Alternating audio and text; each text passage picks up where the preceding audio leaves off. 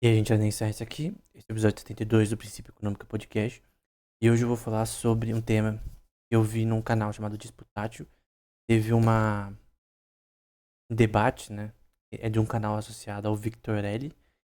Ele basicamente é, dá aulas de lógica, né? Um professor de lógica. Ele faz um tipo de debates, né? Chamado Disputátil, de vários temas. Ele tem um canal agora, teve o Cogos e outro cara debatendo o tema. E agora teve entre o Henrido e o Crepe, né? Em relação a praxeologia, a pseudociência, né? Foi um bom debate. O Henrido, eu creio que saiu melhor em alguns aspectos. E o Crepe defendeu uma questão mais keynesiana em alguns aspectos. É, embora o próprio Victor, ele falou que talvez o tema fugia um pouco em alguns momentos da questão da praxeologia em si e se é pseudociência ou não. Então, diferente dos outros podcasts, nesse daqui eu vou ser um pouco mais assertivo, né? Eu vou ser breve e tentar não ficar falando muito sobre as coisas e tentar ser mais direto. Porque a gente tem muitos pontos pra falar, né? Então, eu assisti o debate inteiro, são 4 horas. E esse aqui é mais ou menos um vídeo-resposta, né? Eu vou tentar defender o ponto que o Henrique tentou defender. Obviamente, talvez eu discorde do Henrique em alguns pontos. Por exemplo, eu creio que a praxeologia pode ser formalizada. E pode ser um assunto de debate também. Se alguém chamar eventualmente, né? Mas vamos lá, eu também vou pôr os pontos no primeiro comentário fixado pra ficar mais claro. Então, primeira coisa, antes de ir pros pontos. O que é praxeologia? A praxeologia, ela vem de um termo associado a Mises, especialmente na obra Ação Humana, Teoria e História e outras obras dele. Uma coisa que, se você ler só a Ação Humana do Mises, tu não vai entender praxeologia e as opiniões dele de forma completa. Ele fala sobre esse tema em vários dos seus livros. Então, assim como você lê, por exemplo, Platão, só lê 2 ou 3 livros deles, por exemplo, só lê a República, você não vai entender os conceitos que ele apresenta no geral, né? No escopo geral, até porque tem partes que ele muda de ideia eventualmente. Quando você lê Mises, você tem que ler a maioria dos livros, ou todos, possível, né? E no caso, trazendo de todos os livros que o Mises escreveu e falou sobre esse tema eventualmente, praxeologia, ela é uma relação, eu vou pôr aqui, eu vou usar essa lousa aqui como base, é uma relação de causa e efeito na economia. Então, a praxeologia é sobre relações de causa e efeito. Tem um pouco a ver com Bastiat em alguns aspectos que eu já vou falar, mas são relações de causa e efeito. Qual é a base dessas relações de causa e efeito? Que a gente quer aplicar na economia, né? É a ação humana. O que significa? Mises, ele separa a economia em praxeologia e história. O que significa isso? Nós temos duas coisas que a ciência econômica usa como base. Do ponto de vista de Mises, do ponto de vista da escola austríaca. Nas vertentes misianas, né? Perto de Mises. Rothbard cria também isso. Talvez o Hayek não. Então, basicamente, essa é a base do pensamento em relação ao fundamento da escola austríaca. Vamos com calma. Essas relações de causa e efeito, elas basicamente são relações que a gente pode fazer de forma verbal. O que significa isso? Então, por exemplo, vamos para a primeira relação de causa e efeito. Na teoria austríaca, vamos começar com a lei de Say. Eu acho que é mais fácil, né? A lei de Say. A lei de Say, a versão original, na versão que o William W. Hutt defende num livro chamado Reabilitação da Lei de Say, não sei se tem em português, é que a oferta, fazendo com o mouse aqui, tá? Gera a demanda. Vou fazer a letra de forma.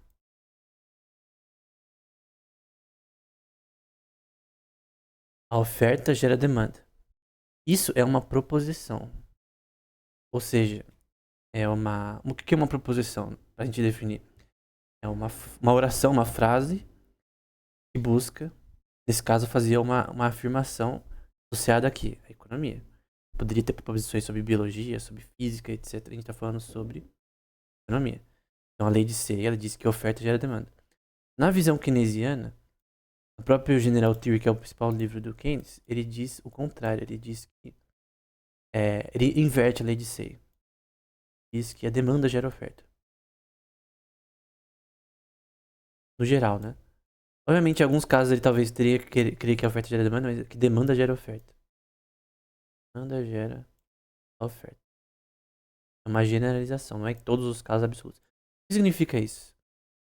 Quando eu digo que a oferta gera demanda, se a gente pegar o livro do W.H. Hutch,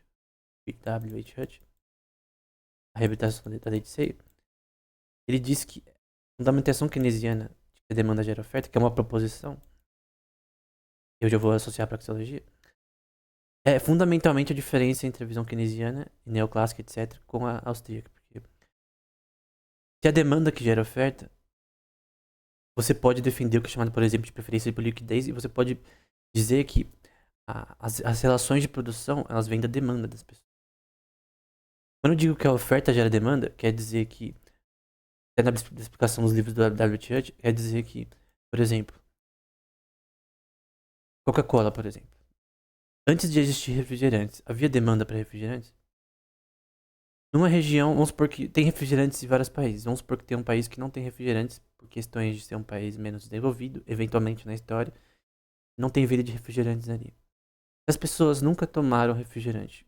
Tem como elas ter preferências, ou seja, uma demanda interna por refrigerantes, sem elas terem conhecimento e informação associada a esse produto? Como que vão ter uma produção de refrigerantes num lugar onde não tem demanda por refrigerantes? Ou qualquer tipo de produto. A lei de Say, ela generaliza dizendo que as relações de produção de qualquer tipo de produto, salários, etc., elas vêm da oferta, inicialmente. A causa da demanda, ela, no geral, é a oferta.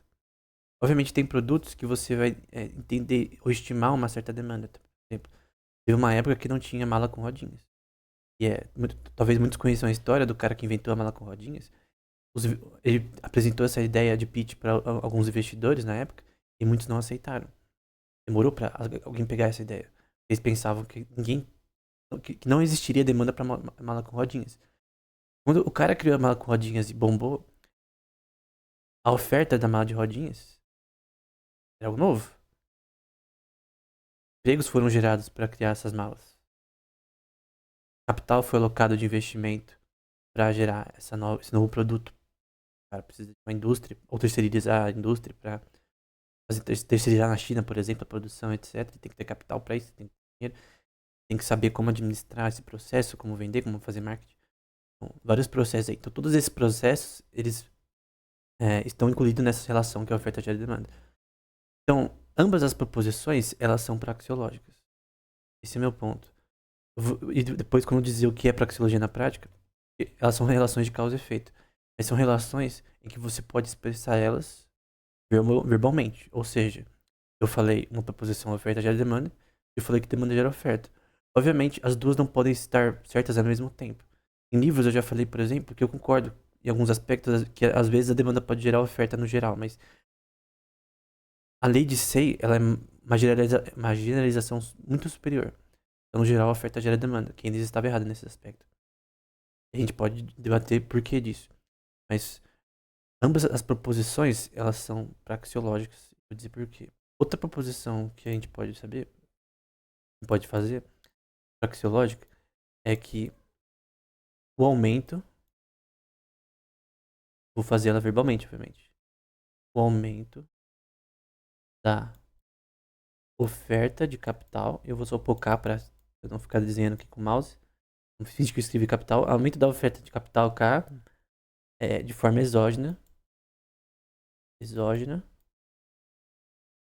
Finge que eu escrevi a J inteiro. Gera inflação. Obviamente a causa aqui é a baixa na utilidade marginal de dinheiro. O que é utilidade marginal? É basicamente. E, por exemplo, vamos supor que eu vou te dar chocolate. Você gosta de chocolate, você tem preferência por chocolate. Tem pessoas que talvez não gostem, tem alergia, etc.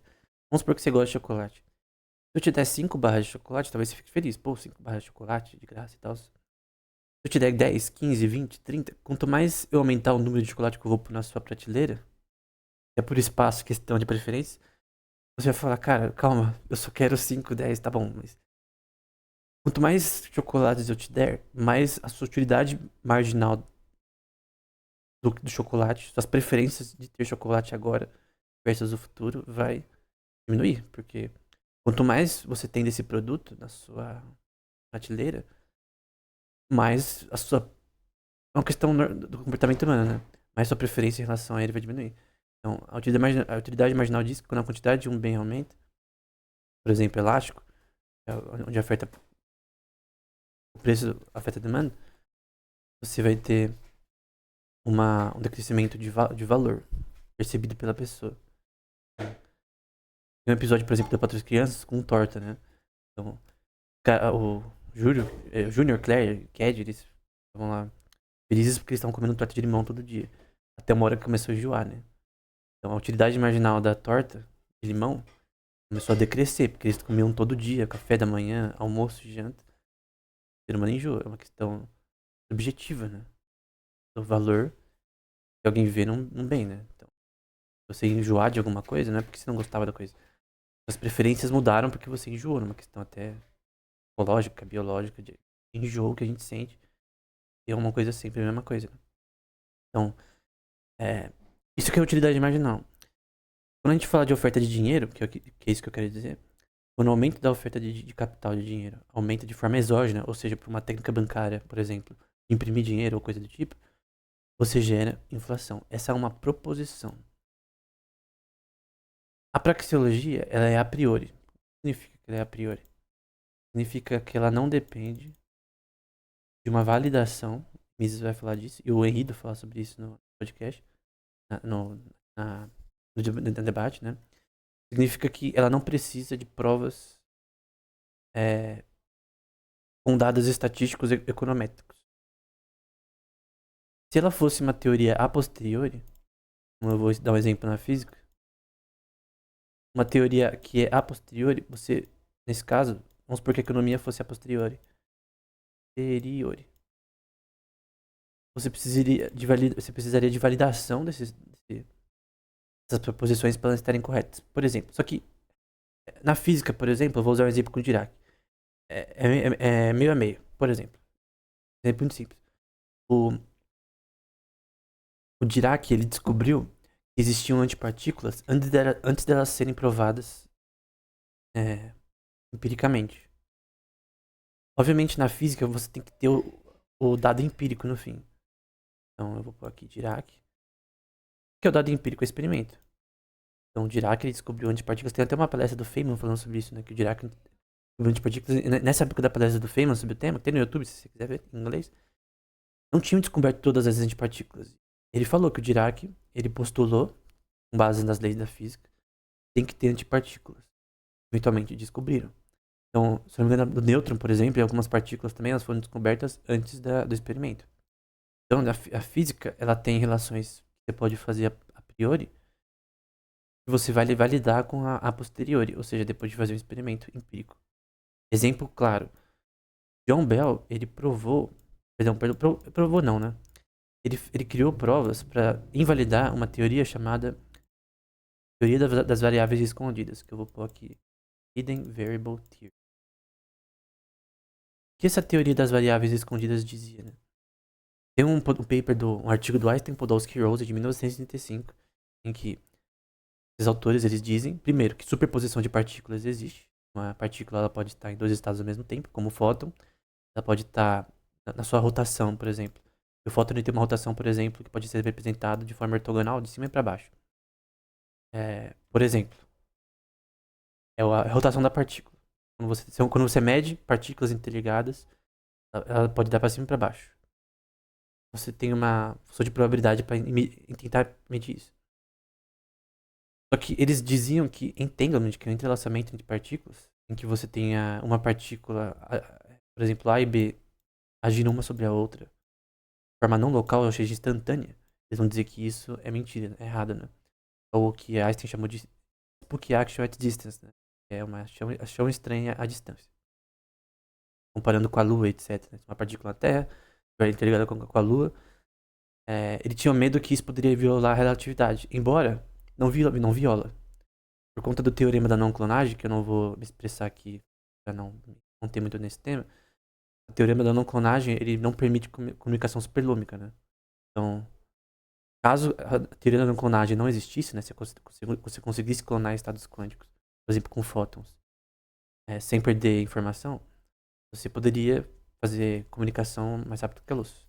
Como o teorema da não clonagem, descoberto pelo Walter Zizurek e outro autor anteriormente a eles, se não me engano, em 1982. E comunicação mais rápida que a luz usando entrelaçamento quântico é impossível. Mas aqui é um fato. Só que eles postularam, né, nessa teoria, no fim desse artigo, do Aitan Podolsky-Rosen, uma teoria chamada teoria das variáveis escondidas. Então ela dizia que o teorema, perdão, como é? A incerteza de Heisenberg, que é uma relação de que você não consegue saber a posição x e o momento da partícula, que eu vou colocar 1000. Então x é a posição e 1000 é o momento, que é massa vezes velocidade. Você não consegue saber os dois ao mesmo tempo na física quântica, né? Partículas. O que significa que se você não consegue saber os dois ao mesmo tempo, você não consegue saber como o sistema funciona. Você não consegue fazer uma teoria da probabilidade tão acurada como a newtoniana. Você consegue fazer uma probabilidade muito acurada, né? Então, essa questão da incerteza de Heisenberg, o Einstein não acreditava. O Bohr, por exemplo, tem uma palestra com ele, palestra não, treta com ele, que você pode ver no comentários do Istre e tal, com essa questão.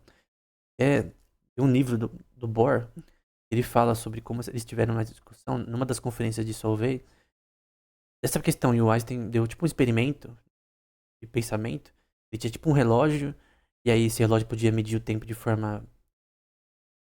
certa forma absoluta, e ele queria usar esse experimento de pensamento para desprovar o princípio da certeza de Heisenberg. Consegue saber a posição e o momento da partícula ao mesmo tempo. Então eles acreditavam que teria variáveis escondidas, coisas que a gente não conhece pela nossa ignorância, que faz a teoria quântica funcionar dessa forma esquisita, e que se a gente descobrisse essas variáveis escondidas, a gente poderia explicar de uma forma que nem a mecânica newtoniana, com surgir probabilidade na física quântica. O que aconteceu é que tanto o von Neumann, eu vou colocar aqui embaixo, tudo isso aqui tem a ver com o tema, tá? Vai seguindo que tem a ver com o tema. Tanto o von Neumann quanto o... Escrevi errado o nome dele porque eu sempre erro. E o John Bell, eles tentaram fazer provas que as teorias das variáveis escondidas estavam incorretas. Por exemplo, o John Bell, ele sabia, ele tinha um gut feeling, que a teoria das variáveis escondidas estava incorreta. Ele tentou provar, mas não conseguiu com detalhes. O von Neumann fez uma prova aí no curso de computação quântica do canal. Eu falei sobre essa prova do von Neumann. O John Bell disse que a prova do von Neumann, que a variável escondida estava incorreta, era tão ruim que ela nem estava errada. Ela era tão sem sentido que ela nem estava errada. Eu não lembro detalhes, mas eu explico nessa aula, né? Tá no canal, no curso de computação quântica, só na playlist. Então, significa que a teoria do von Neumann, para desprovar as variáveis escondidas, nem estava errada. É que ela era tão tola, ele diz. Foolish, ele diz o termo em inglês. Simplesmente, ela não era nem. Não é que ela não era falsificável no sentido de Popper. Ela era completamente lunática. Pé em cabeça. Ele usava linguagem matemática para fazer isso. Ele disse que a prova do von Neumann estava incorreta. Ele tentou fazer provas de que a variável escondida estava incorreta, o John Bell. Só que ele mesmo disse que sua prova também não foi suficiente. Então o que ele fez? Ele escreveu um artigo. Chama On Einstein-Podolsky-Rosen Paradox. Sobre o paradoxo de Einstein-Podolsky-Rosen. Desse artigo de 1935. E ele falou nesse artigo assim, ó. Eu vou propor um experimento que pode provar a posteriori, porque tá provando com o experimento, e a gente vai pra questão da teoria da praxeologia com isso. A posteriori, ou seja, com um experimento posterior à prova matemática a priori, sem experimento, sem nada, sem dados, de que as variáveis escondidas estavam incorretas. Então você tem uma relação a priori e a posteriori na física. Uma experimental e a outra teórica. Relatividade, por exemplo, ela veio a primeira teoria a priori e depois a questão de experimentos para provar que a relatividade estava correta. Na física, você tem que testar as teorias com experimentos. É algo simples. Eventualmente, o John Clauser, em 1972, provou, através de experimento com os autores, que ele estava na posição de Einstein, né? Ele acreditava que a teoria das áreas escondidas estava correta, né? Tem essa rixa, né? Entre a interpretação de Copenhagen e de Heidelberg, da computação quântica. Copenhagen é do Heisenberg e do Bohr, por exemplo. E do Schrödinger, se não me engano. Não, do Schrödinger eu não lembro qual que é, mas basicamente se provou, e esse experimento foi testado até de forma mais acurada ao longo dos anos até hoje. Você pode ver a lista de experimentos na internet facilmente. E a teoria das variáveis escondidas está incorreta. Então, Einstein, Podolsky e Rosen erraram em tentar dizer que o princípio da certeza de Heisenberg estava errado. Por sinal, o princípio da certeza de Heisenberg, no paper original do artigo, eu creio que eu citei no curso de computação quântica, mas eu lembro que eu citei um vídeo no canal sobre, ele achou de forma experimental. Então, o princípio da certeza de Heisenberg, ele não veio a priori, ele veio através de experimentos. Eventualmente, o Heisenberg, ele falou, ó, no artigo, né, experimentalmente eu vi que você não consegue achar o momento, posição e momento da partícula ao mesmo tempo na mecânica quântica. É isso. Então, significa tudo que eu falei, que a física, ela tem uma relação a priori, teorias que podem estar certas ou não, e a posteriori que tem que ter validação experimental. E aí, ok, né? Porém, na praxeologia, nas relações de causa e efeito na economia, você não precisa da a posteriori. Então, você tem uma relação fundamentalmente diferente. A aplicação da lógica, nesse caso, na física, que eu já vou explicar como é, e na caso na física ou das ciências naturais, então tem química, etc, físico-química, etc. Então, é fundamentalmente diferente. Então, vamos lá. Eu dei dois exemplos, né, de relações de causa e efeito na economia. Oferta gera demanda, aumento da oferta de capital de forma exógena gera inflação. Poderia dizer também outro exemplo. Exemplo 3. E tarifas. É uma proposição praxeológica. Como é que eu errei? Tarifas, elas geram, seja imposto de importação nesse caso, geram mais custo. Finge que eu escrevi com mais, tá? Mais custo. E para empresas, né? E no caso, ou a condição também geram maiores preços de produtos. Mais preços. Aumenta os preços de produtos. De N produtos. A lógica proposicional de Hasid, que não vou entrar aqui. Mais tarifas. Tem um livro que eu escrevi que se chama Lógica Proposicional de Hasid, tá no meu Instagram. Tem um link pro site, no meu canal também. Tarifas, elas geram mais custo de N produtos não finalizados. E, põe outra cor, e amarelo. E geram mais falta de preços de produtos finalizados. Finalizados é com Y, que é já de pronto para consumo, né? A prateleira de lojas e tal. Esse símbolo significa uma relação de causal, né? Que é usado na metamatemática para o resultado de algo. Então, é um símbolo próprio da metamatemática. Então, o aumento de tarifas na lógica proposicional de Hasid, que eu não vou entrar no mérito aqui, ela diz que o aumento de tarifas aumenta o custo de produção de N produtos em N setores e aumenta o preço. Essa condição é de E. Aqui seria ou. Nesse caso, como é uma adição, é E. Então, isso aqui é linguagem verbal. E a de baixo é lógica proposicional, né? Que eu não vou entrar no mérito aqui, formalização da praxeologia. Mas basicamente a formalização da praxeologia, eu creio que, obviamente, o Rothbard discordaria com o Mises e o próprio cara que estava discutindo lá com Krepp, né? Eu esqueço o nome dele, eu vou pegar aqui. Então, basicamente, o que eu quero dizer aqui é que tarifas têm uma relação de causa e efeito. Qual é a causa aqui? Se você pensar. É a tarifa, no caso, né? Deixa eu pegar o nome dele. O Krepp e o Henrido. O Henrido, ele talvez discordaria comigo da formalização da praxeologia, mas não vou entrar aqui nisso, né? Mas a causa e a tarifa. Então, vou pôr aqui em verde. Causa e a tarifa. E o efeito é o aumento de preços e custos da empresa. Às vezes, citando Bastiat, as pessoas só veem o efeito. Às vezes nem o efeito, né? Mas...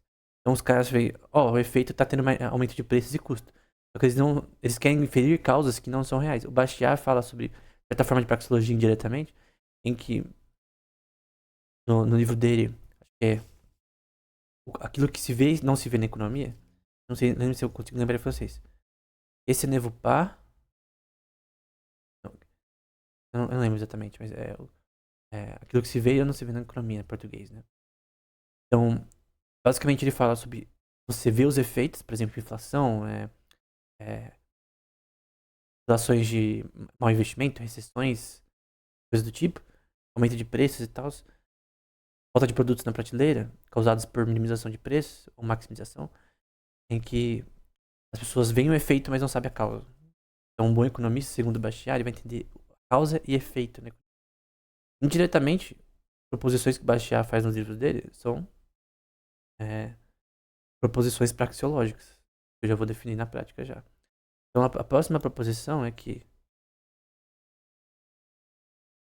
minimização de preços, minimizar preços, uma proposição praxeológica, minimizar preços, produtos, né? Vou fazer direitinho aqui, eu tô com o mouse. Minimizar preços gera falta de produtos. Falta de produtos. Na lógica proposicional de Hazlitt, vai ficar minimização de preços de produtos finalizados vai gerar, vou fazer de bonitinho, vai gerar menor produção. Menor oferta na prática. De N produtos não finalizados. E, obviamente, se você não fizer o produto, você não vai ter o fim o fim da produção e consumo, né? Se você... pela minimização de preço, vamos supor, o preço do arroz está $10. Fixado a $10, ou seja, você não pode vender por mais que $10. É minimizar o preço. É o mínimo que a empresa pode vender. Só que em relações de custo e venda, vamos supor que o custo que o cara compra do fornecedor é de 12, vamos supor. Só um exemplo. Questões de inflação, etc. Ou baixa na utilidade marginal do arroz por uma safra ruim no mundo de arroz, né? A Austrália, por exemplo, é muito forte em arroz. Então, também tem menos arroz no mundo em relação à exportação e basicamente muitos países dependem de importar, comprar dos outros arroz. Pode ser petróleo, pode ser o que você quiser, qualquer commodity. Então, se fixar o preço, minimizar, vai criar um problema do... Cara, eu sempre esqueci o nome dele. O cara que tava defendendo a escola austríaca. O Henrido fala corretamente. Vai interferir, você vai criar um noise, né? Na economia por conta de uma interferência estatal, né? Minimizar os preços. Isso daqui já foi usado ao longo da história. A gente tem que também falar que a praxeologia, a economia, segundo Mises, é praxeologia e história, não é só praxeologia. Eu vou falar sobre isso na prática posteriormente, mas não é historicismo que você tem que usar história para prever o futuro. Tem que aprender na história relações praxeológicas, por exemplo, Diocleciano minimizou preços no Império Romano, que ele foi um imperador romano, por sinal, passou muitos cristãos na época, infelizmente. Eu sou cristão, por exemplo. Tá marcado na nossa história isso daí. Pré-Constantino, foi antes de Constantino isso. Ele também, além de fazer minting, misturar a moeda da época com outras commodities, para gerando uma inflação de preço. Ele também minimizava preços de produtos no mercado por lei, senão você ia ser preso, etc. Ou pior. Basicamente, isso gerou falta de produtos. Pela essa questão, você minimiza os preços de produtos finalizados, vai ter baixa de produção, tanto da parte do fornecedor, da parte do vendedor, porque tu tem uma loja, tu não vai ter lucro na venda do arroz, etc., feijão, etc. Bens inelásticos, né, que todo mundo tem que comprar de qualquer jeito, óleo vegetal, etc. Tu não tem lucro, tu não compra do fornecedor. E se o fornecedor não vende, porque o vendedor não quer, não tem pessoa pra vender, o fornecedor não necessariamente vende, ele só vende pra... Ele vende B2B, né? Ele vende pra empresas. E então, o fornecedor, ele vende B2B. O vendedor, ele vende B2C, para consumidor. Se o B2B não tem... Se a empresa aqui, no caso, o vendedor não compra do fornecedor, o fornecedor também pode ser uma distribuidora que pega do produtor. Então, tanto a produção, distribuição e venda dos produtos vai ter uma crise de baixa de oferta, porque se o cara no final, a venda, né, que é onde tem o lucro final, né? O fim da produção é o consumo. A produção só acaba no consumo. O Hotbar, de novo, economia Estado, tem até transporte como parte da produção. Somente quando o item ainda está na mão da pessoa que acabou a produção.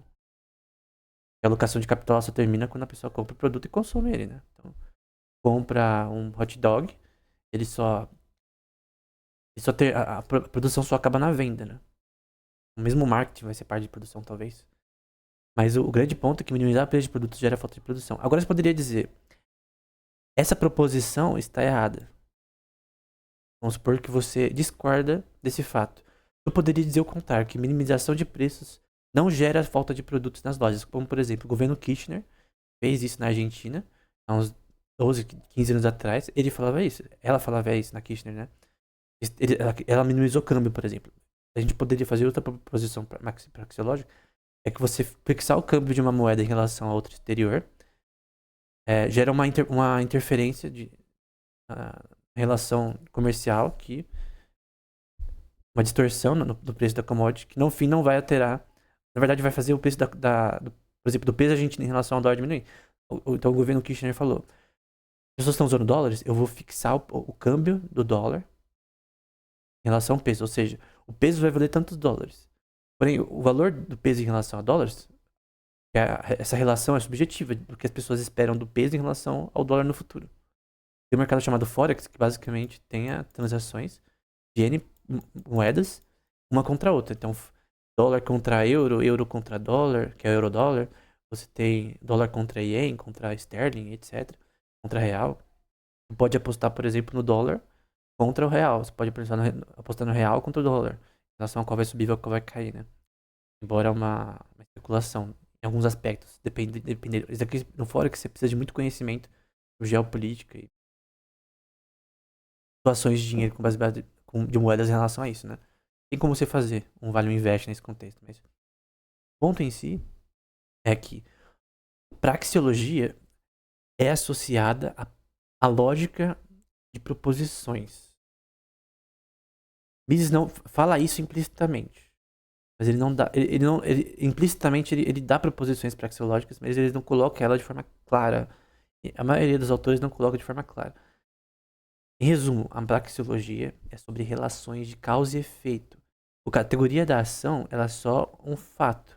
Por que é um fato? Não é um fato absoluto a categoria da ação, porque uma empresa, por exemplo, o governo minimizar preços é uma ação de pessoas, correto? E a ação de falta de produtos também é uma ação de pessoas, no caso de produtores, distribuidores e de vendedores em relação ao consumo. Em relação a, quando você minimiza os preços, os vendedores não vão ter lucro, porque o preço deveria ser maior do que o que foi minimizado pelo Estado. Basicamente, você vai ter falta de produtos. Então você tem ações de pessoas. O problema da econofísica, eu gosto de econofísica, eu já li livros de econofísica, artigos de econofísica. Eu já falei sobre econofísica também no podcast anterior. Mas econofísica tem um problema que você mistura métodos da física, estatística, etc., na econometria, e às vezes consideram, por exemplo, dinheiro como partículas. Relações de equilíbrio que não existem na economia. A economia é um sistema em desequilíbrio completo. Completo não, é parcial. Não existe sistema de equilíbrio na economia. É um predicado errado da teoria neoclássica. Então, e a gente pode discutir essa questão, mas o grande ponto é que além dos predicados da teoria neoclássica keynesiana estarem errados, você tem uma falsa de entendimento, por exemplo, que agentes são racionais na economia. Agentes não são racionais. Na maioria do tempo, agentes são irracionais. Você vê no mercado de investimentos, quanto capital é absorvido, que é uma visão do Fritz Mathilde, que ele fala sobre absorção de capital, que é um austríaco também, na economia, investimentos, né? No mercado de ações, por exemplo. Então, por exemplo, eu investi na empresa, na Apple. Vamos supor que você fez um investimento que as ações caíram e você perdeu dinheiro nesse contexto, né? Você perder dinheiro ao alocar capital na Apple, porque você o que você investiu numa ação? Tá dando dinheiro para a empresa para reinvestir em si mesmo, para aumentar seu valor de mercado. Talvez aumentar o preço da ação. Então você, como shareholder, como acionista, você ganha com a empresa crescendo. Ou até em dividendos, se ela pagar. Que é o dividendo, ele vem do lucro, né? Dos ganhos da empresa. Sem ganhos, ela não consegue pagar dividendos. Então, o ponto é que o capital é ser absorvido, é basicamente tu alocar capital de forma errada e você perder dinheiro. Pode ser no Forex, pode ser em títulos, que é crédito pro governo, etc. Não importa. A absorção de capitais, e o grande ponto é que, quando a gente tá falando sobre praxeologia, a gente tá falando sobre uma forma de lógica, proposições que você pode fazer. Como que você valida essa proposição, minimizar preços era falta de produtos? Como que eu valido? Eu não valido a posteriori, eu não valido com dados. Eu valido pelo, pelo entendimento do fato que é óbvio que minimizar os preços, mesmo se nunca na história alguém tivesse minimizado os preços de produtos. Vamos supor que no mundo fictício, que a história tem 100 anos, as pessoas vivem por 100 anos na Terra, é um exemplo fictício, tá? E nunca nenhum governante minimizou preços de produtos. Vamos supor que você é um conselheiro do rei ali, e aí o rei fala, ó, o preço do arroz e do trigo, etc, tá muito alto. Eu estou pensando com os meus economistas, com os meus funcionários públicos, em minimizar os preços, para que o preço dos produtos não fique tão alto, né? Porque as pessoas estão reclamando, meus súditos e etc. Vamos supor que nunca na história houve algo desse tipo. Nunca. Nunca na história houve algo desse tipo. Como que você poderia aconselhar o rei sem nenhum exemplo na história sobre isso? Poderia, a priori, ou seja, sem nenhum evento na história, não a priori, sem nenhum evento na história, saber o que minimizar preços de produtos iria causar? Sim. Sabe por quê? Você poderia pensar, ok, você vai minimizar os preços dos produtos. Você vai falar, ó, o lojista tem que vender a tanto. Porém, se eu pensar direito, se você minimizar o preço, as flutuações de custo estão altas, por isso que o preço está alto, porque o lojista quer a margem de lucro, senão ele vai à falência. Senão ele não consegue pagar funcionários, não consegue pagar imposto, ele vai à falência. Então o governo vai pegar a propriedade dele e tal, não pagar IPTU, etc, se tem nesse país. Agora, a grande questão é que se você pensar um pouco, você vai ver que minimizar preços vai dar merda. Você não precisa de uma validação de dados, porque é um fato que isso vai acontecer. Eu não preciso.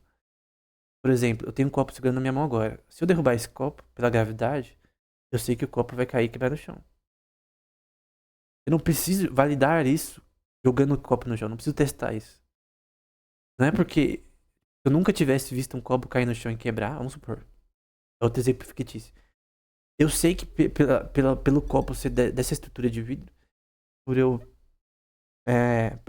pelo chão ser duro, e eventualmente, se eu largar o copo, ele vai quebrar. Não preciso. Não preciso jogar o copo no chão a posteriori. Eu não preciso de uma relação a posteriori. Eu não preciso provar que o copo vai quebrar quebrando ele. Porque pela lógica eu posso fazer uma inferência probabilística. Talvez o copo não quebre, de repente. Já teve copo que caiu aqui na minha mão que não quebrou. E eu pensei que ia quebrar. Mas vamos supor que eu olho pro copo e eu falo, cara, isso aqui é de vidro. Isso aqui é frágil. Provavelmente vai quebrar. Pode até ser de um vidro resistente, etc. Mas isso aqui provavelmente vai quebrar. É uma relação probabilística. Eu não sei se vai quebrar ou não, mas eu posso fazer essa inferência. Essa inferência não é uma pseudociência. É lógica. É uma obviedade. Eu posso fazer a proposição. Eu posso escrever, por exemplo, se o copo. Aqui, ó. Se, então uma relação probabilística. Se eu derrubar o copo, derrubar o copo, ele irá quebrar.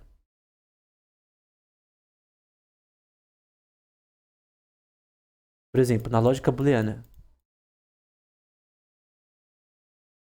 posso dizer que posso fazer essa função de probabilidade ou 0 ou 1. No caso aqui, ele não vai quebrar. No caso, sim, ele vai quebrar. Então, eu quero fazer uma inferência em relação à probabilidade desse copo quebrar. Claro que, como eu disse, talvez o copo não quebre, dependendo da altura. Mas é uma relação de lógica. Não é probabilidade com base em dados, é probabilidade com base em lógica. A lógica da física desse mundo é óbvio que pela gravidade, pela forma que a estrutura química do copo e do chão é, da, do ponto de vista físico, ele vai quebrar. Eu não preciso de uma validação disso. Por que eu quero falar isso? Porque isso significa que eu posso fazer inferências lógicas a priori e estar certo. Isso depende do conhecimento da pessoa em relação ao sistema que ela está apresentando. Ou seja, Mirabeau fala sobre isso e o Bastiat. Você tem que entender relações de causa e efeito na economia. A praxeologia é isso. São proposições de linguagem verbal em que você pode fazer relações de causa e efeito que acontecem na economia. Como eu dei o exemplo, mesmo se esse evento nunca tivesse acontecido, eu dei o exemplo de minimizar os preços, você poderia prever que ia dar merda. Porque, por você entender como funciona o mercado, como as pessoas agem no mercado, entender isso, obviamente. Como na física, o Dirac, ele descobriu antipartículas antes de elas serem provadas experimentalmente. Mas ele usou todo o conhecimento de física dele para inferir isso. Não foi uma inferência do além. Não foi uma pseudociência. Infelizmente, por exemplo, o Descartes, ele inferiu sobre a mecânica celestial, que o que movia os planetas não era a gravidade, que foi descoberta por Newton, né? Porque Deus sempre soube isso, né? Deus criou a gravidade. O Descartes, ele acreditava numa teoria chamada teoria dos vórtices. E os cartesianos, na época de Newton, eles confrontaram Newton dizendo, mas e a teoria dos vórtices do Descartes, né? Tem até desenho sobre isso, é bem legal. E Newton falou, não, gravidade. Mas os cartesianos, né? Eles falavam que essa teoria dos vórtices, né? Eventualmente eles estavam errados. Então a área acadêmica na época pensava, muitos acreditavam nessa teoria, mas ela estava incorreta. Muito tempo, as pessoas acreditavam que a Terra era plana. Mesmo que Aristóteles tinha provado o contrário anteriormente. E mesmo Sócrates, eu não lembro se é em Mênon, é no fim de um dos livros de Platão, que Sócrates fala, por exemplo, sobre a teoria, eu creio que de Protágoras, que a Terra já era redonda, né? Eu tinha essa noção na época. A proposição a Terra é plana está incorreta. Mesmo a priori. Então, o teste de, por exemplo, de Eratóstenes, mostrando que a Terra é redonda, ele é uma teoria a priori. Eratóstenes, com base na linguagem matemática. Eratóstenes. Era uma relação a priori. Com base na matemática. Ele não tinha como tirar uma foto da Terra, ele não tinha como provar a circunferência de uma forma empírica. Assim, ele provou porque ele usou em duas cidades a projeção do Sol em duas torres, se não me engano, para provar isso, entre aspas, empiricamente. Ele validou isso empiricamente, mas ele poderia validar sem o experimento, né? Mas no fim, na física, tu precisa da posteriori, né? Precisa de uma prova, um experimento que prove que você tá certo. No fim, ele fez um experimento, né? Mas ele teve a inferência a priori de que a Terra era redonda e ele resolveu isso, né? Então, mesmo sem tirar uma foto, as pessoas descobriram que a Terra era redonda antes da gente ter uma foto, etc., que é algo mais empírico, né? Porque aí você não tem mais como negar isso, né? É óbvio que a Terra é redonda. Você provaram isso matematicamente, geometricamente, antes de ser descoberto na prática. Geralmente, Copérnico também, cristãos, por sinal, Galileu Galilei, etc., provaram esse mesmo fato. Então, voltando a tudo, né? Para resumir tudo que eu falei, a praxeologia é sobre relações, causa e efeito na economia. Eu dei exemplos. Um dos pontos que eu tenho que citar, inicialmente, indo pro debate deles, né? Primeiro, a econometria e estatística, se o Henrique ouvir isso daqui, vou falar direitinho, né? A econometria e estatística confirma afirmações praxeológicas. Ou seja, eu posso, historicamente, ver na história, por isso que economia, praxeologia e história, que minimizar preços de produtos, por exemplo, arroz, trigo, etc., gerou falta de produtos no mercado, por exemplo, no tempo de Diocleciano. Em vários momentos na história, eu posso ver. Tem um livro, por exemplo, 4 mil anos de fixação de preços. E o grande ponto desse livro é mostrar que fixação de preços nunca funcionou na história. Ou de câmbio também, etc. Ou maximização de preços, parte de agricultura, etc. Para beneficiar o agricultor com subsídio, etc. Então, nunca funcionou na história. Isso é uma versão historicista? Não. É uma versão praxeológica. Você vê a proposição minimizar preços gera falta de produtos. Você pode ver ao longo da história esse fato. A relação de causa e efeito. Você define a priori. Eu disse, mesmo que nunca na história isso tivesse acontecido e um rei, por exemplo, te desse essa visão. Então, cara, você acha que minimizar preços daria certo? A gente nunca fez isso, a gente quer a sua opinião. Poderia inferir isso com base no seu conhecimento sobre o mercado. É totalmente possível. Agora, o grande ponto é que, como o próprio Henrido citou o livro Ultimate Foundation of Science, acho que Economics, do Mises, que eu também li há um tempo atrás, fiz resenha no Instagram dele, e o Mises ele dá uma defesa econométrica ali.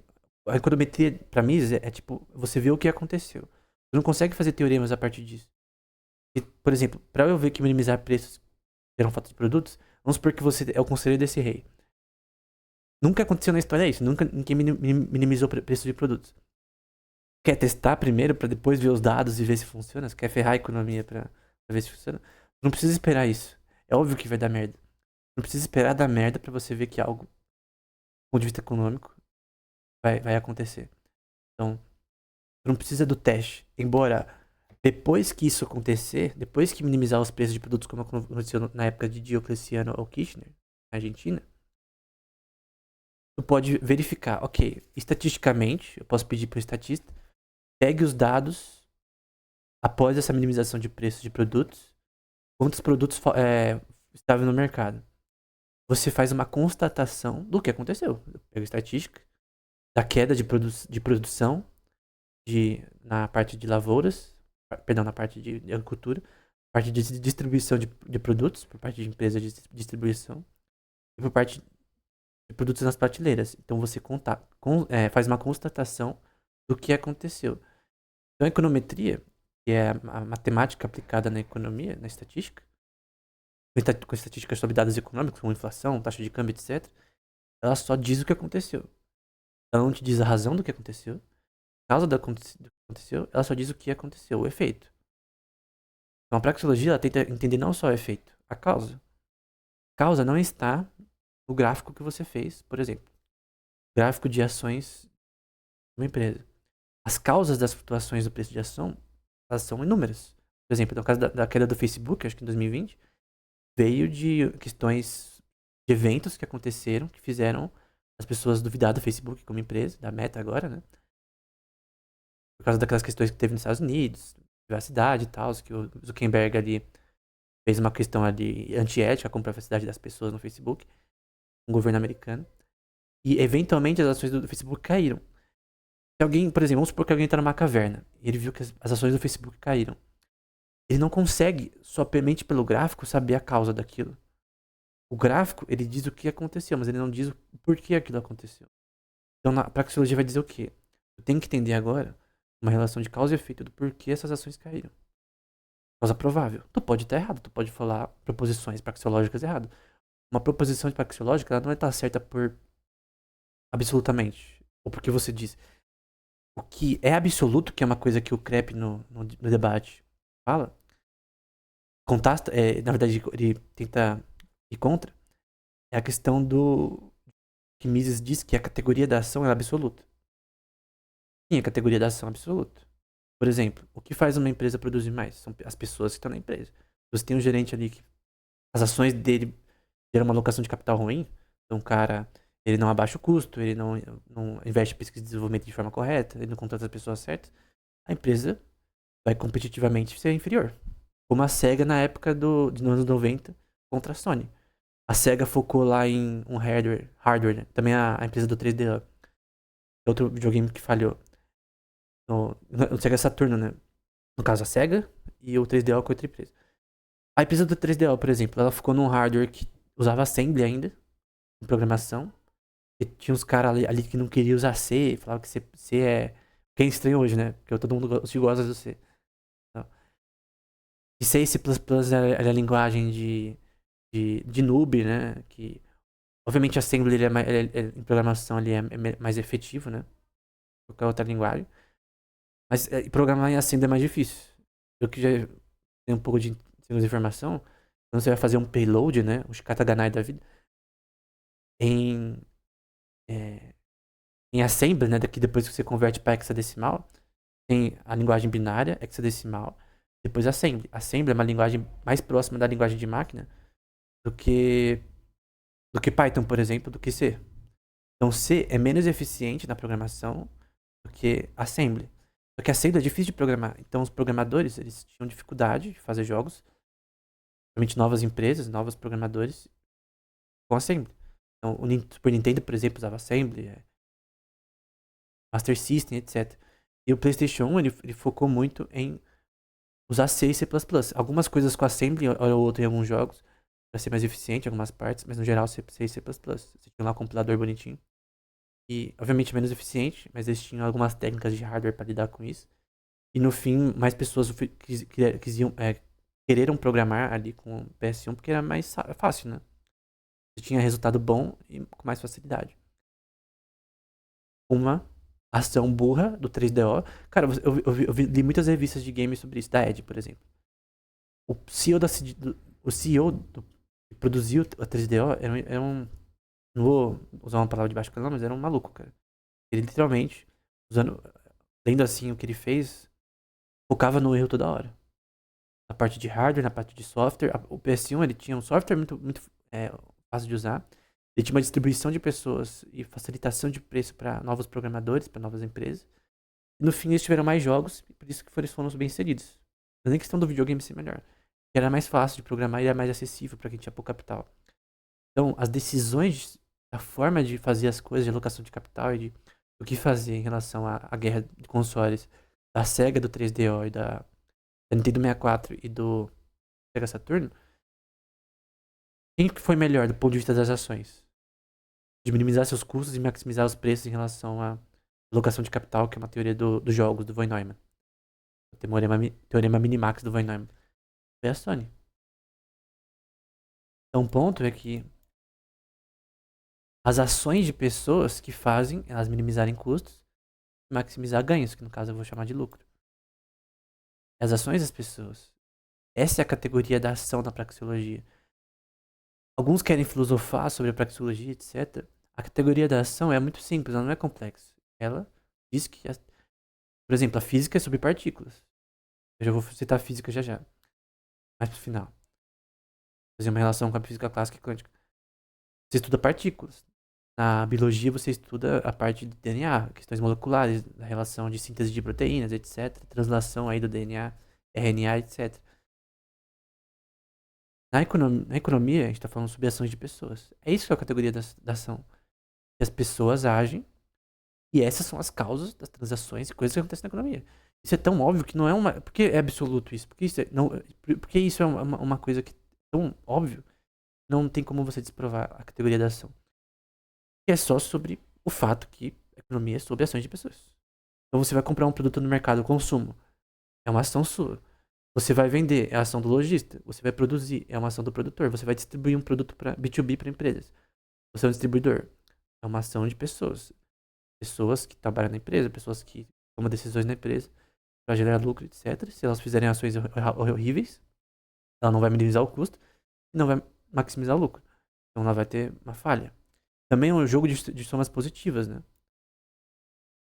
Não de soma zero. Ou seja, pessoas perdem nisso. Com base na teoria do jogo, né? positivas. Um jogo de somas positivas. Um lado sempre perde, que não é a visão neoclássica, né? A visão neoclássica de equilíbrio é diferente. Então, o ponto central, pra deixar bem claro, é que a praxeologia sobre relações de causa e efeito, e qualquer lojista, qualquer bom empresário gerente, ele sabe essas relações de causa e efeito.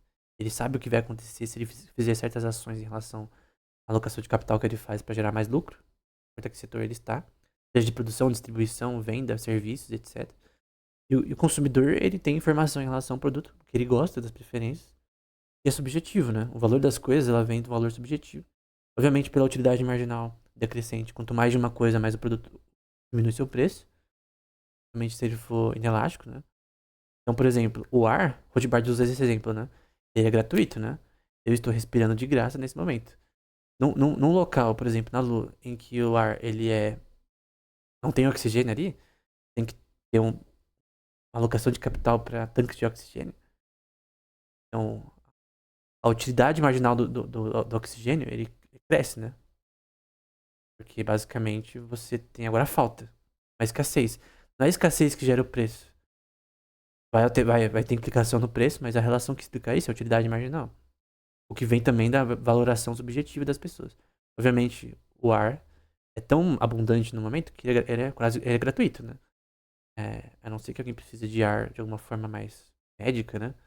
Mas ele é gratuito. Água, por exemplo, é um bem abundante, por isso que não é caro em relação a um deserto, por exemplo, em que a falta de água ali vai gerar um preço maior. Eu até tava lendo o primeiro volume do primeiro livro do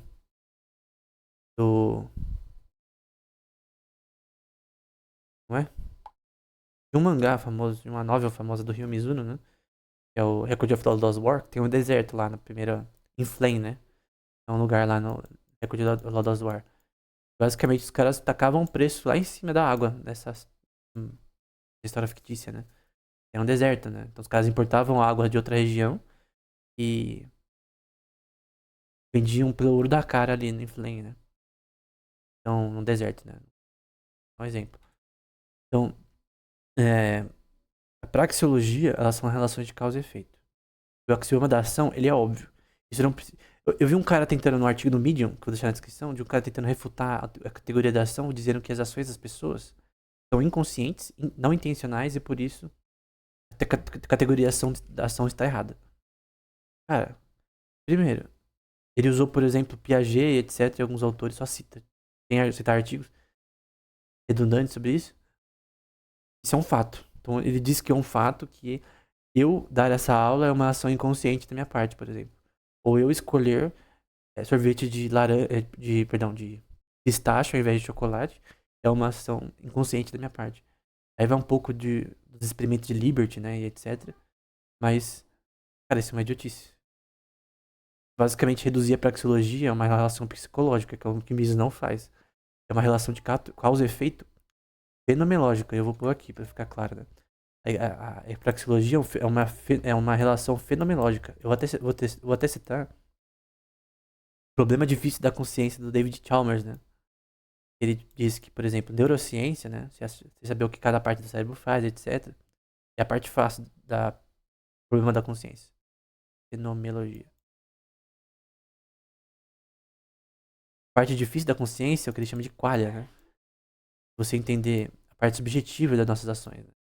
Porque uma pessoa ela gosta de rock e outra pessoa é, de rap. Ou porque uma pessoa não gosta de música. Ou porque uma pessoa gosta de coisas diferentes, mesmo tendo nascido na mesma casa, mesmo sendo gêmeos.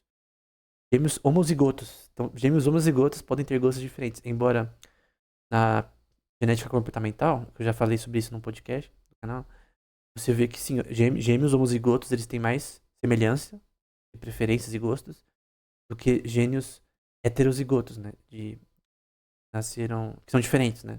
Gêmeos diferentes. Minha própria mãe, por exemplo, ela é mãe diferente. A minha tia, né, que é a irmã dela, ela é uma gêmea diferente. Então, é um gênio diozigoto, né? Ou heterozigoto, em que são gêmeos diferentes. Agora, gêmeos homozigotos, eles são idênticos, né? Em tudo, né? Geneticamente.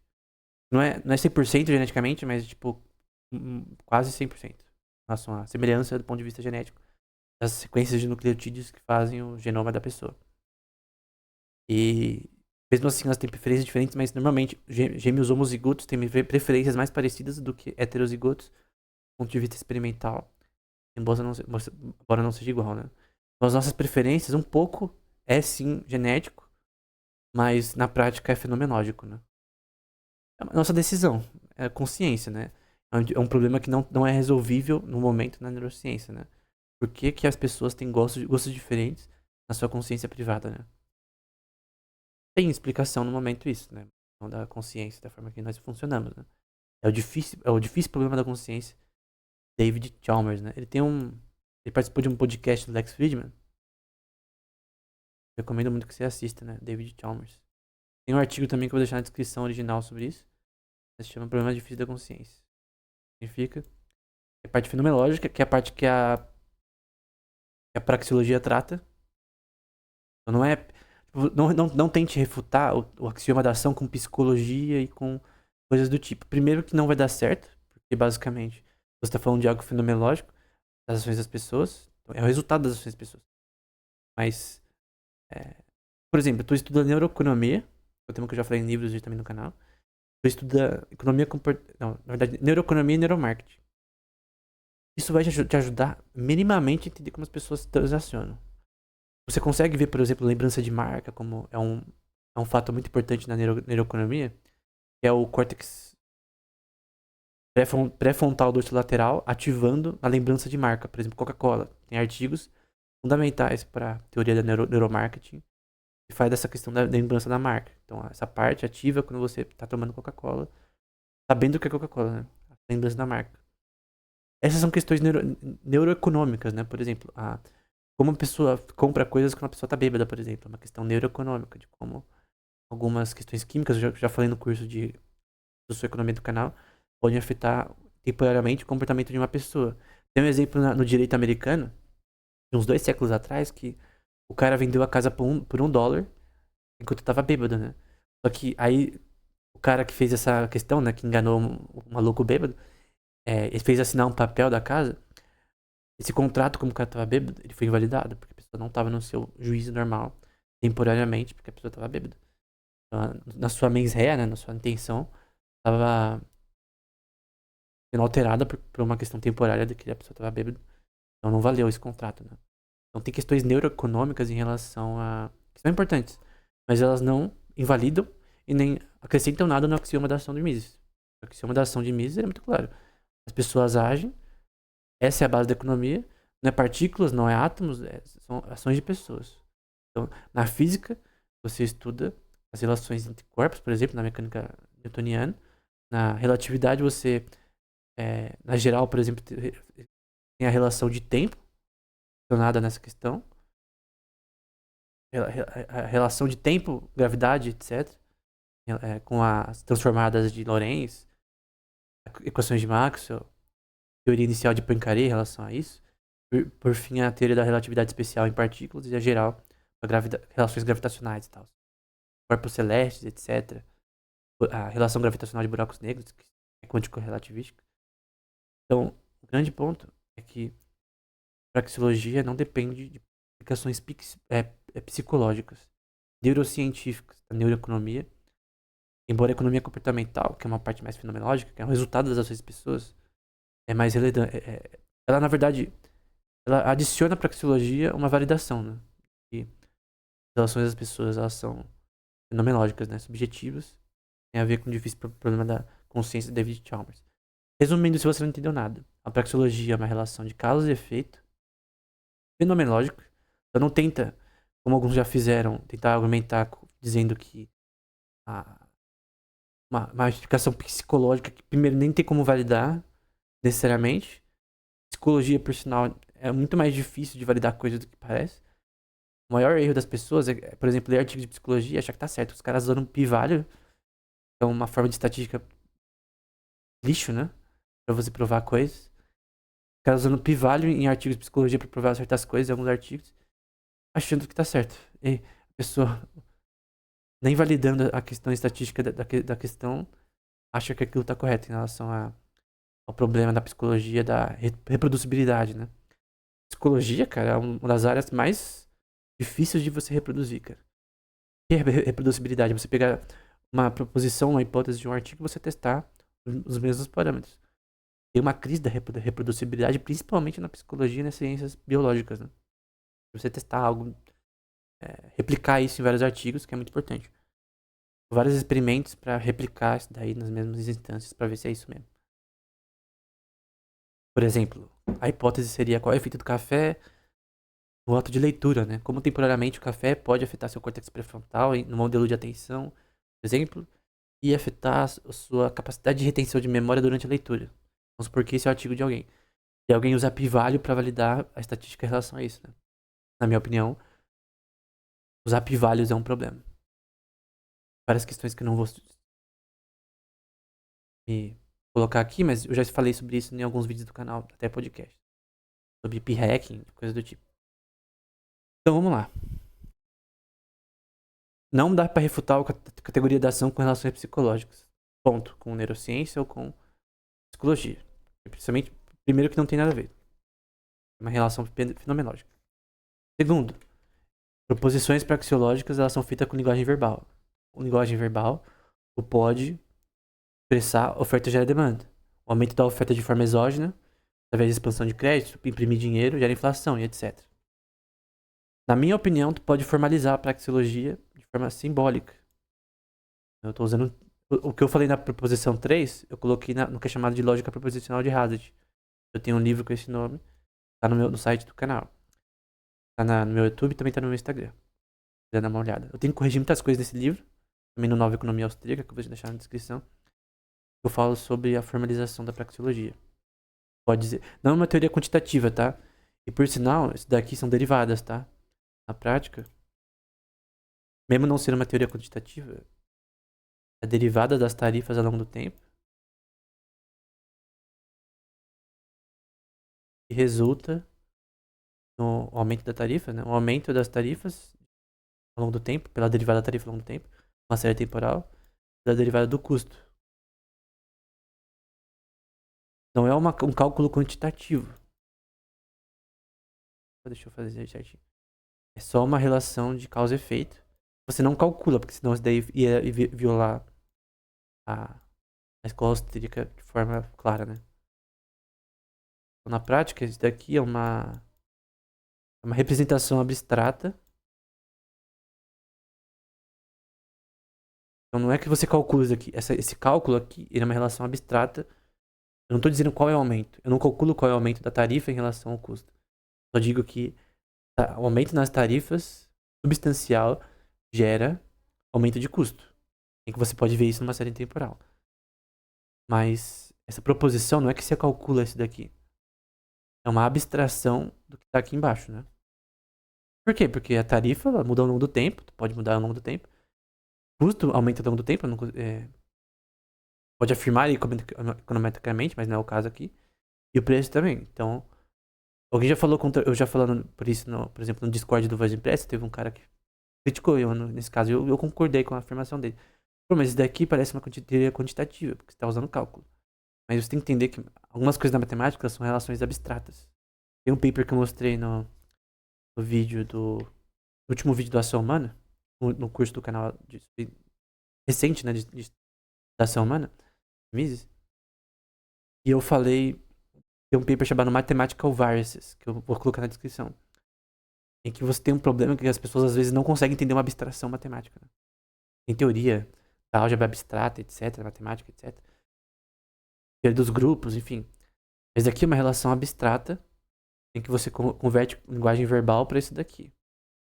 Alguém poderia dizer, você não poderia formalizar tarifas geram mais custo e mais preços.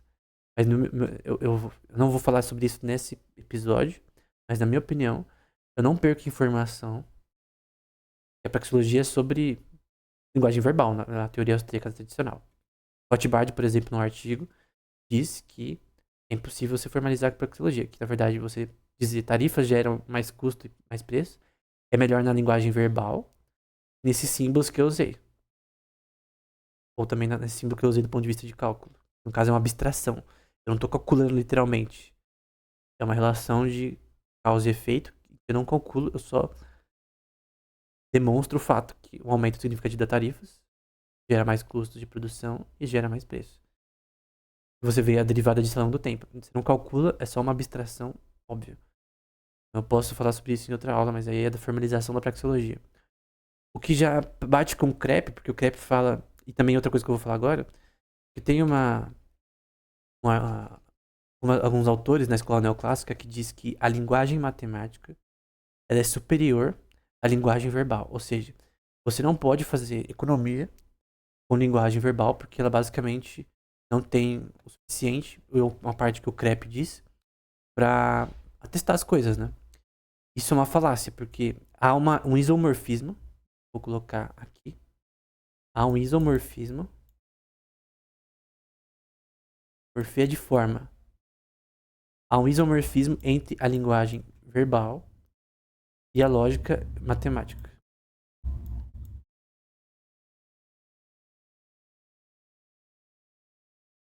Ou seja,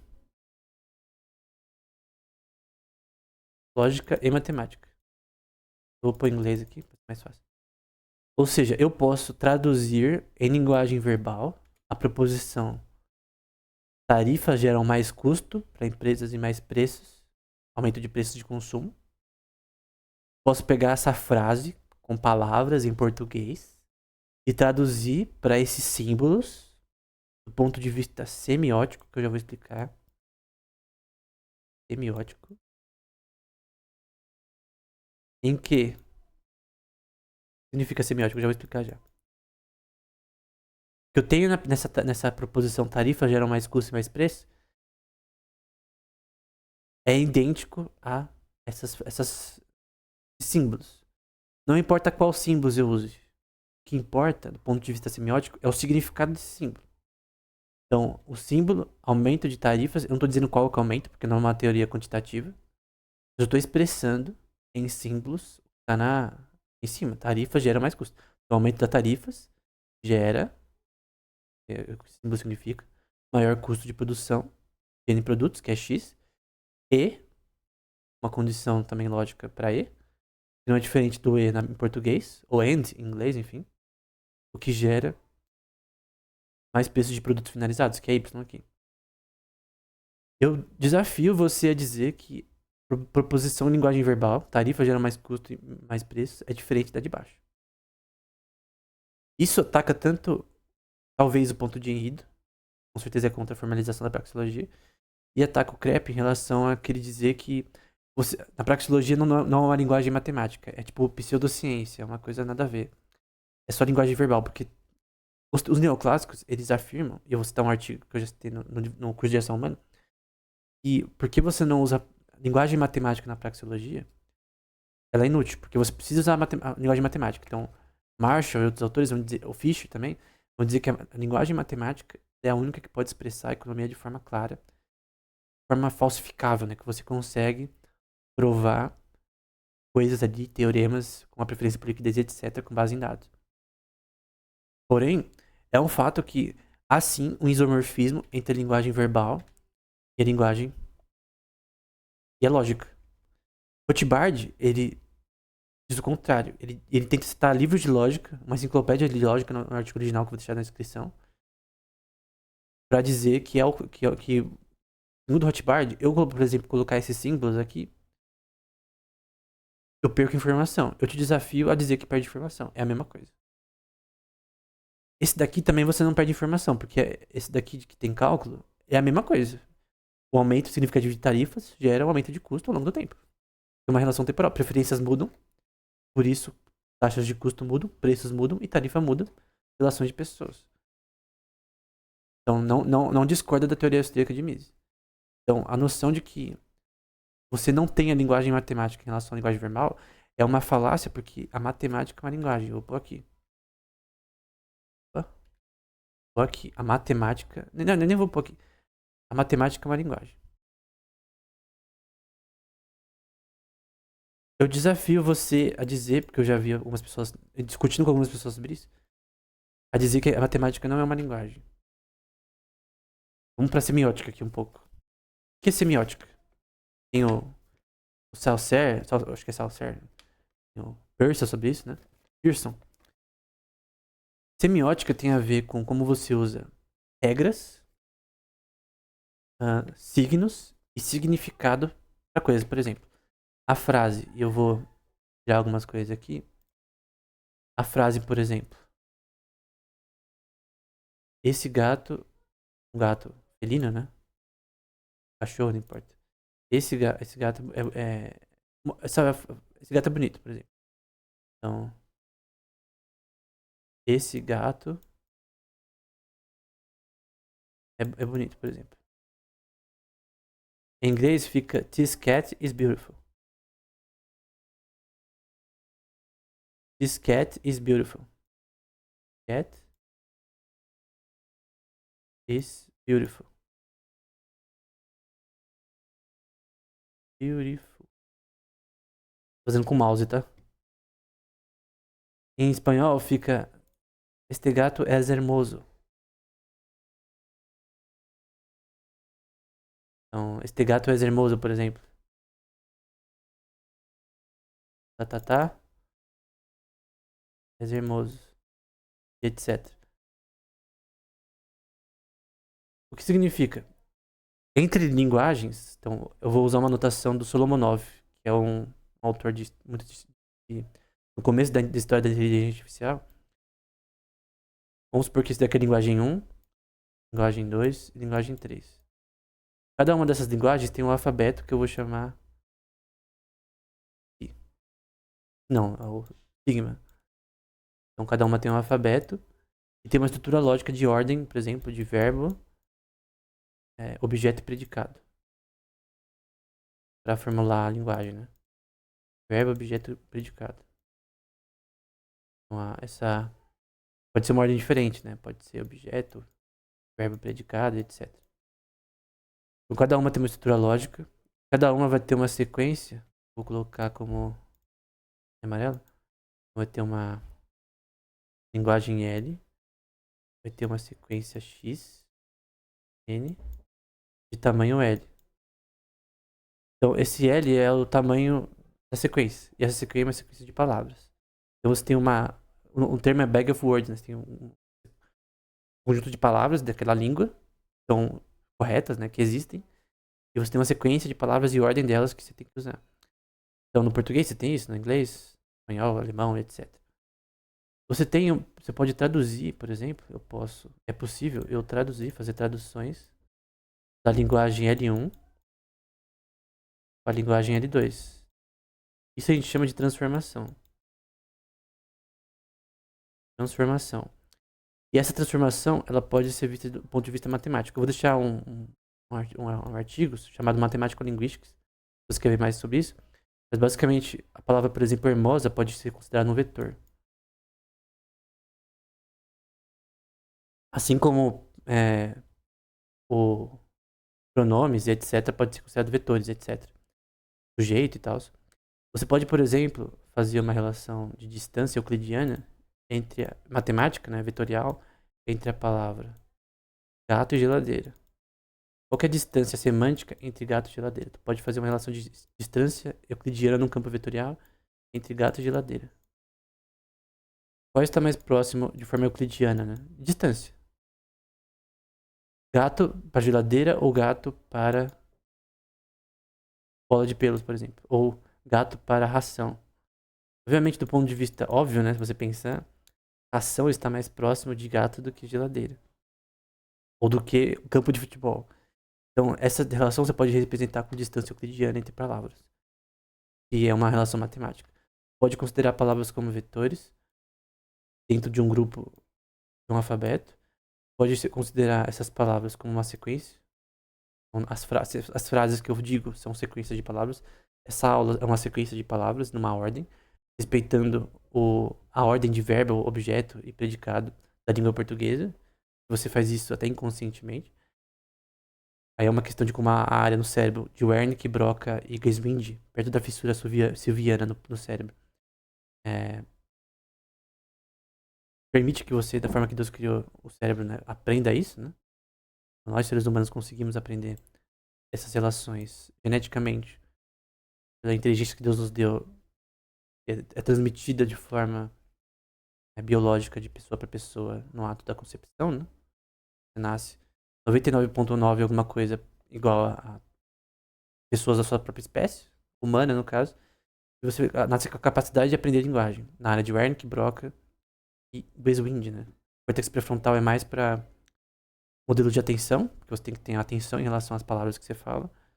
Comunicação entre os dois hemisférios, porque você precisa na área de chamada corpus callosum, que divide os dois hemisférios do cérebro. Danos ali, por exemplo, podem alterar a linguagem de uma criança e afetar a sua capacidade de linguagem, né? Furos, por exemplo, no corpus callosum, que divide esses dois hemisférios, podem afetar a sua capacidade de linguagem. Eu não lembro de escrita, mas de falada assim. E danos na área de Wernicke e Broca podem causar problemas como afase, etc., que podem alterar a sua capacidade de entender palavras, falar palavras ou ler palavras. Depende da área que é afetada e tal. Tem teorias de que área faz o quê, mas no fim a área de Broca e Wernicke, elas fazem um pouco de cada coisa parecida uma com a outra, né? Basicamente é isso. O que eu quero dizer? Mesmo a linguagem, e essa é a prova do chat GPT da vida, o modelo de linguagem. É matemática pura. Pode considerar palavras vetores, pode fazer relações de palavras com distância euclidiana, pode fazer modelos de semelhança de proposições, pode fazer relações, por exemplo, de probabilidade, por exemplo, probabilidade 0,5 a 0,1 de que de semântica de uma frase, tradução entre palavras, né? Por exemplo, o Solomonov, ele estava lendo vários artigos dele, que eu vou deixar na descrição alguns. Ele tinha problemas na época dos avanços da inteligência artificial na década de 60, de 70, etc. De não saber como fazer modelo de tradução. E na questão de algoritmo, né? É difícil você pensar como que a gente pode criar um sistema que traduz palavras. Inglês para o espanhol, etc. Era muito difícil na época, não tinha solução para isso. Nem do ponto de vista de algoritmo. Não era uma questão de hardware apenas, memória, etc. Que era caro. Que era ruim na época. Era uma questão também de algoritmos. Tem um livro que eu vou deixar na descrição também, Society of Mind. De Perceptrons, do Marvin Minsky. Também ele falava dessa dificuldade, né? Você, por exemplo, criar um algoritmo que pega um som de eu falando, por exemplo, Alexa, que horas são? E fazer com que um sistema converta isso para vetores e fazer uma análise probabilística do que eu quero dizer com que horas são. E perguntando que horas é agora. Por exemplo, se eu falar para Alexa, que horas são em São Paulo? Ela vai falar em São Paulo. Se eu falar na China, ela vai entender que a palavra China tem a ver com o país China. Geograficamente está onde fica a China. Ela tem que saber o fuso horário da China, com base na informação que ela tem acesso na internet. Então, essa inferência de China, de que e de horas, a palavra que horas são, ela é uma inferência probabilística. Você pode ter por exemplo, uma tabela de 0 até 1, que vai determinar a probabilidade. E eu quero dizer com que horas são, Alexa. Alexa, a rota, o que significa rota? Tem um comando específico para ela rotar, por exemplo. Enfim, ela entender linguagem era uma coisa que não era possível na época dos anos 70 e 80. Tudo isso é matemática pura. Álgebra linear, cálculo, trigonometria, a distância euclidiana é uma distância trigonométrica entre palavras, nesse caso. Então, no fim, matemática é uma linguagem. A linguagem também é matemática.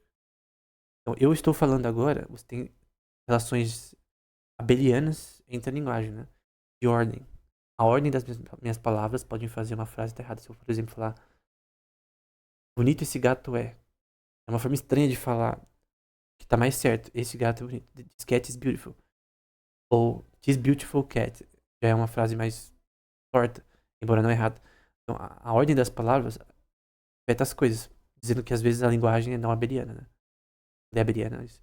Em que a ordem das coisas altera, né? Um grupo abeliano e não abeliano é a diferença entre um grupo de operações aritméticas, né? Em que a ordem importa, em que A mais B, a ordem ou multiplicação, A vezes B, a ordem importa ou não importa, né? Um exemplo, por exemplo, eu colocar uma calça ou um tênis é um grupo não abeliano, porque a ordem, eu pôr a meia, se eu, por exemplo, pôr o tênis depois a meia, na ordem errada, e eu colocar tênis, grupo não abeliano, a ordem importa. tem grupos abelianos, a ordem não importa. Então, A vezes B vai ser igual a C, B vezes A vai ser igual a C. Na linguagem também tem isso, tem grupos abelianos, tem relações simétricas. Então tem a palavra, por exemplo, Tenet. Tem um filme também, né?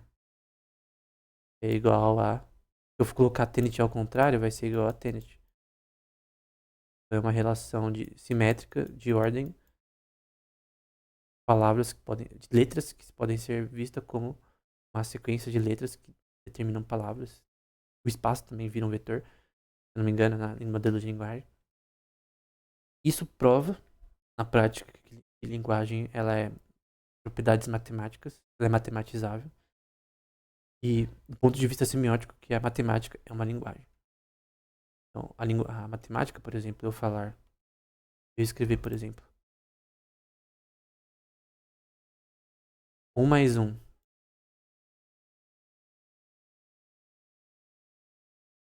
Há 5.000 anos, o número indo-arábico 1 não existia. Se eu, por exemplo, falar...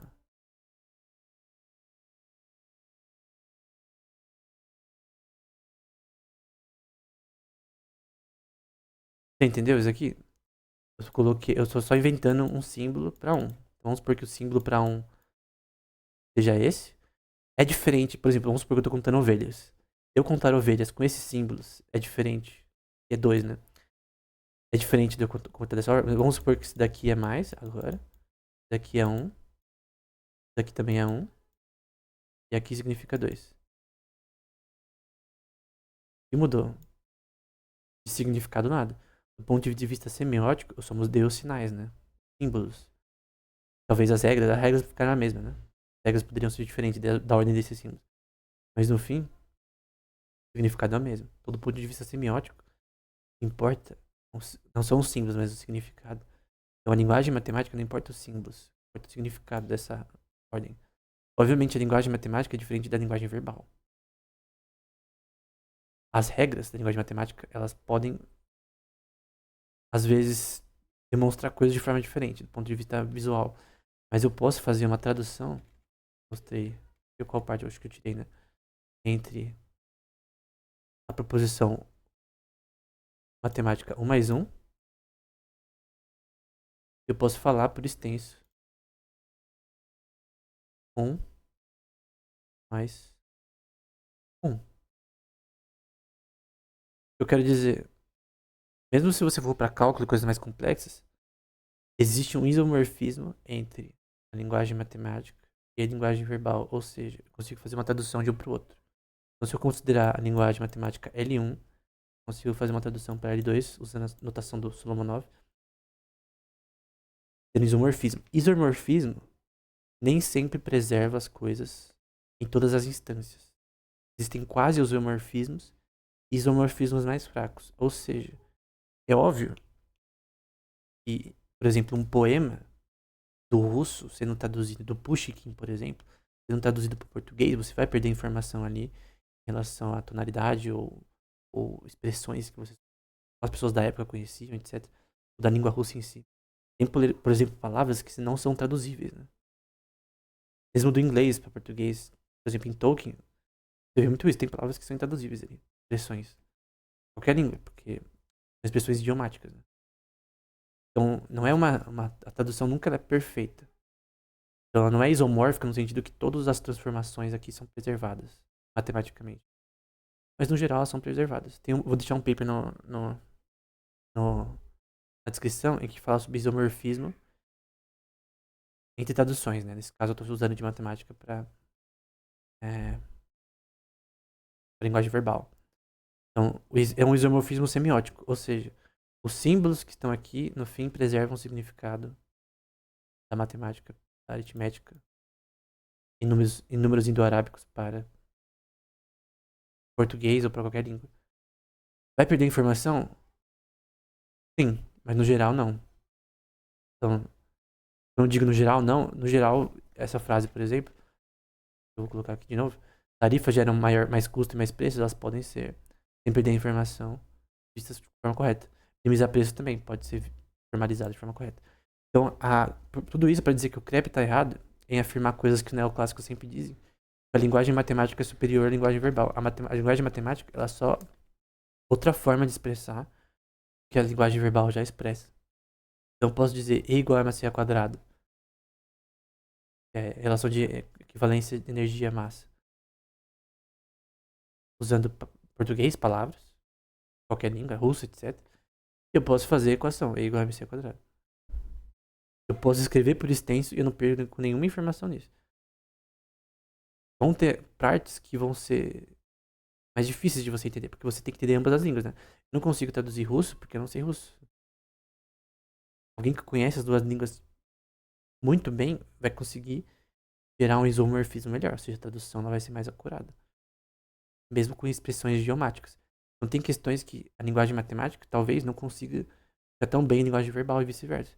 Mas no geral é isomórfico, ou seja, você não perde nada. Ou seja, a noção de que a linguagem verbal é inferior à matemática é mentira, porque há um isomorfismo entre as duas e não perde informação. Então, a lógica também é uma linguagem.